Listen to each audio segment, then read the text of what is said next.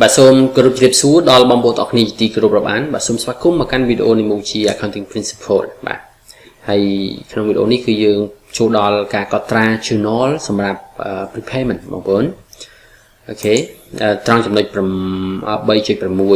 បាទ 3.6 journal to record a prepayment អូខេអញ្ចឹង prepayment យើងដឹងហើយថាវាជារឿងរ៉ាវនៃចំណាយប៉ុន្តែចំណាយដែលយើងបានបង់លុយហើយមិនទាន់បានប្រើអូខេអញ្ចឹងរឿងនេះវាមានពាក់ព័ន្ធទៅដល់ account 2សំខាន់ទី1គឺលុយដែលយើងបានបង់ហើយវាជាទ្រព្យរបស់យើងហើយយកអត់ទាន់ប្រើអស់ណាជាផនយើងបាទតែយើងអាចនឹងប្រមូលវាឬក៏ទទួលផលពីវានៅថ្ងៃអនាគតអូខេនឹង prepayment ហើយមួយទៀតគឺចំណាយបាទចំណាយអញ្ចឹងពេលដែលយើងបង់លុយកាលពីដំបូងយើងបានកត់ថាចំណាយវាហើយ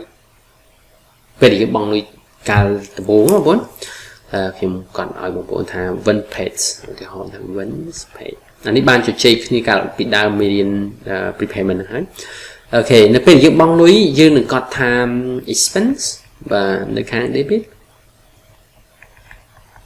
ហើយ credit គឺយើងនឹងកត់ថា cash បាទបងប្អូនកាលនេះគាត់អញ្ចឹងឧបមាថា1000ឧទាហរណ៍ណា1000ស្រាប់តែដល់ពេលចុងឆ្នាំទៅថាចំណាយហ្នឹងវានៅសល់វាប្រើមិនទាន់អស់ទេវានៅសល់200អញ្ចឹងយើងបានកត់1000ហើយធ្វើម៉េចបើវានៅសល់200យើងត្រូវដកវាចេញវិញមិនអញ្ចឹងហ៎បាទអញ្ចឹងនៅពេលដែលយើងចុងឆ្នាំយើងកត់វានៅពេលយើងរកឃើញថាយើងមិនទាន់បានបង់លុយ$200អញ្ចឹងយើងត្រូវកត់ debit ថា prepayment 200បាទហើយ credit យើងដក expense របស់យើងនឹងចេញវិញគឺ200ដែរបងប្អូនឃើញណាអញ្ចឹងកាលពីយើងបង់យើងកត់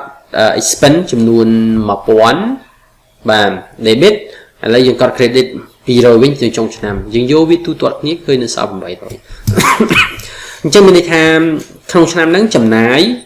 សម្រាប់ចំណាយរឿងដែលយើងបានបង់លុយហ្នឹងណាអស់តែ800ទេ200ទៀតគឺនៅសល់ជា prepayment អញ្ចឹងកន្លែងនេះវាឆ្លុះបញ្ចាំងយ៉ាងម៉េចឆ្លុះបញ្ចាំងប្រាប់បងប្អូនថានៅពេលដែលមាន prepayment កើតឡើងធ្វើឲ្យចំណាយយើងថយចុះជាងចំណាយយើងនៅខាង credit ថយចុះដើម្បីដកចំណាយដែលយើងកត់ពីមុនមកពីមុនមកយើងកត់ទៅតាមលុយដែលយើងបង់តែដល់ពេលចុងឆ្នាំយើងពិនិត្យមើលជាក់ស្ដែងយើងបង់នឹងប្រើអត់ទាន់អស់អញ្ចឹងយោងតាម accrual concept យើងត្រូវតែប្រើចំណាយជាក់ស្ដែងក្នុងឆ្នាំអញ្ចឹងយើងត្រូវ adjustment វាកែវាមកឲ្យត្រូវជាចំណាយជាក់ស្ដែងគឺ800ឃើញទេបងប្អូនអញ្ចឹងនេះការកត់ត្រា journal នៅក្នុងពេលដែលមាន prepayment អូខេបងប្អូនអរគ្នាតើឥឡូវខ្ញុំយកឧទាហរណ៍ខាងលើដែលបានកែកាលពីលំហាត់មុនកាលពីវីដេអូមុនយកមកចុះ journal បង្ហាញបងប្អូនមើលបាទនេះនៅក្នុង activity 4បាទសម្រាប់ prepayment របស់ insurance A ហើយនិង B prepayment របស់ rent យកមកកត់នៅត្រង់នេះ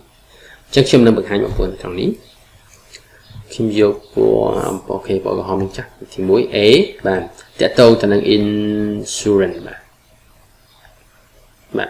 insurance មិញយើងឃើញចំនួន1424អញ្ចឹងយើងកត់បែបនេះយើងកត់ថា debit គឺ prepayment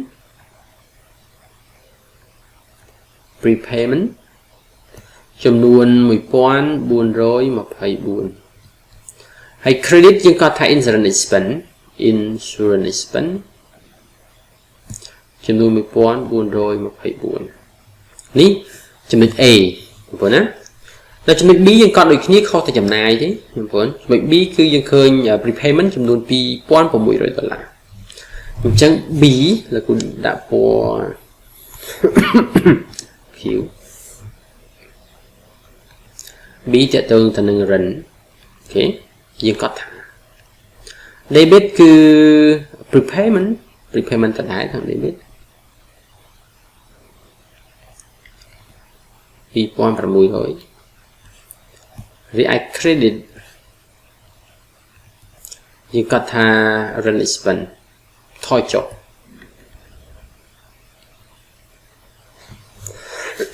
បាទអញ្ចឹងនេះគឺជាការកត់ត្រានៅពេលដែលយើងគណនារកឃើញ prepayment យើងត្រូវកត់ត្រាបែបនេះអូខេបងប្អូនបាទអញ្ចឹងកន្លែងនេះសំខាន់នៅក្នុង journal ដែលយើងត្រូវកត់ត្រាបងប្អូនណាបាទអញ្ចឹងក្រោយពីយើងគណនាឃើញហើយយើងត្រឡប់ទៅកត់ក្នុង journal ដោយកត់តាមការណែនាំបែបនេះ អូខេចឹងវីដេអូនេះខ្ញុំសូមបញ្ចប់ប៉ុណ្ណេះបាទសង្ឃឹមថាបងប្អូនទាំងគ្នាយល់ដឹងអំពីការកត់ត្រា prepayment ដែលយើងគណនារកឃើញហើយនោះបាទអញ្ចឹងសូមអរគុណច្រើនបាទសូមជម្រាបលា